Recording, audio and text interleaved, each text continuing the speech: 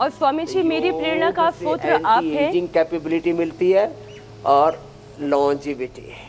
मैं यही कह रही हूँ स्वामी जी, और मेरे प्रेरणा के स्रोत आप हैं, और आपके माध्यम से इतने सारे लोग हैं जो स्वास्थ्य लाभ ले रहे हैं, जो अपनी एज को रिवर्स कर रहे हैं, जो हेल्दी हो रहे हैं और एक अनुशासित जीवन जीने की कोशिश कर रहे हैं।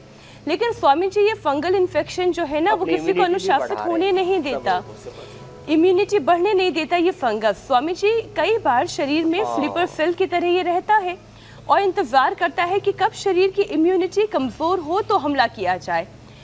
वो रोगी जो खास तौर पर डायबिटीज के मरीज है, टीबी के पेशेंट है, कैंसर या अस्थमा से जूझ रहे हैं, आईसीयू वाले मरीज भी जो स्टेरॉइड लेते हैं, स्वामी जी उनके अंदर ये खतरा ज्यादा क्यों हो जाता है?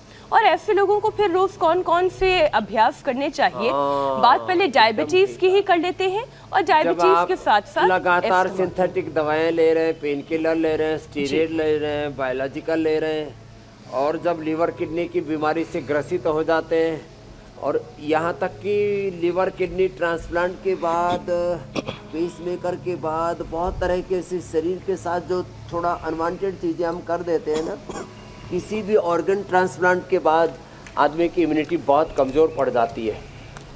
उस समय तो बैक्टीरिया वायरस का खतरा, हमला और ज़्यादा हम पर होने लगता है। तो देखो, एक तो अपने शरीर में हेल्दी बैक्टीरिया होते, वायरस तो नहीं बोल सकते उनको, फंगस नहीं बोल सकते, हेल्दी जीवाणु वो हमारे सहजीवी हैं, और दूसरे अनहेल्दी बैक्टीरिया वायरस फंगस भी 1 से 2 किलो की मात्रा में अपने शरीर में ही घूमते रहते, ब्लड में तैरते रहते हैं।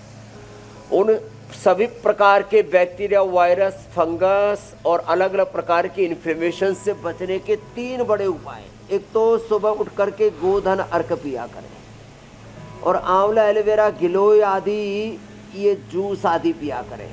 जैसे मैंने कहा, घी में, तेल में नेचुरल ऑयल, चाहे वो ससमे का तिल का तेल है या सरसों का तेल है, वर्जिन कोकोनट ऑयल है, इन्हीं का प्रयोग करना चाहिए। गाय का देसी घी खाना चाहिए। 2 चम्मच खाओ, चाहे 1 चम्मच खाओ, कड़छी भर के नहीं, चम्मच से ही गुजारा कर लो, लेकिन अच्छा तेल खाओ, अनसेचुरेटेड एसिड, अच्छी दालें, अच्छी साग सब्जियाँ, अच्छा अनाज, मिलेट्स आदि का सेवन करो, और synthetic vitamin D, B12, calcium, iron आदि सिंथेटिक विटामिन से, सिंथेटिक मेडिसिन से, synthetic hair care, dental care, skin care से, जितने भी पोल्यूशन से, रेडिएशन से, खराब चीज़ों से बचे रहोगे, उतना ही इम्यूनिटी आपकी अच्छी रहेगी। तीसरा, नियमित रूप से योग करो।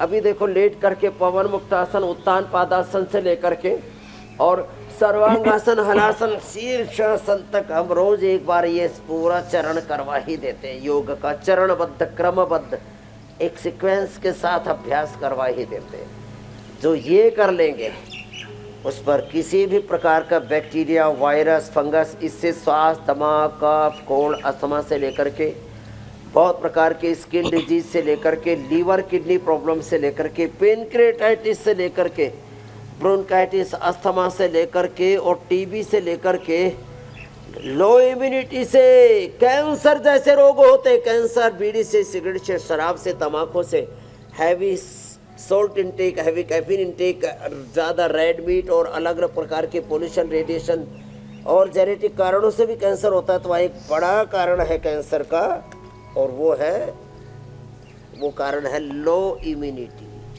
लो immunity, the root cause of all disease. ये बड़ा समझने जैसा एक तत्व है कि अपनी इम्यूनिटी को अच्छा बनाओ। चलो बैठ करके अनुलोम विलोम करो, और जो कर सके मेरे साथ शीर्षासन कर लो।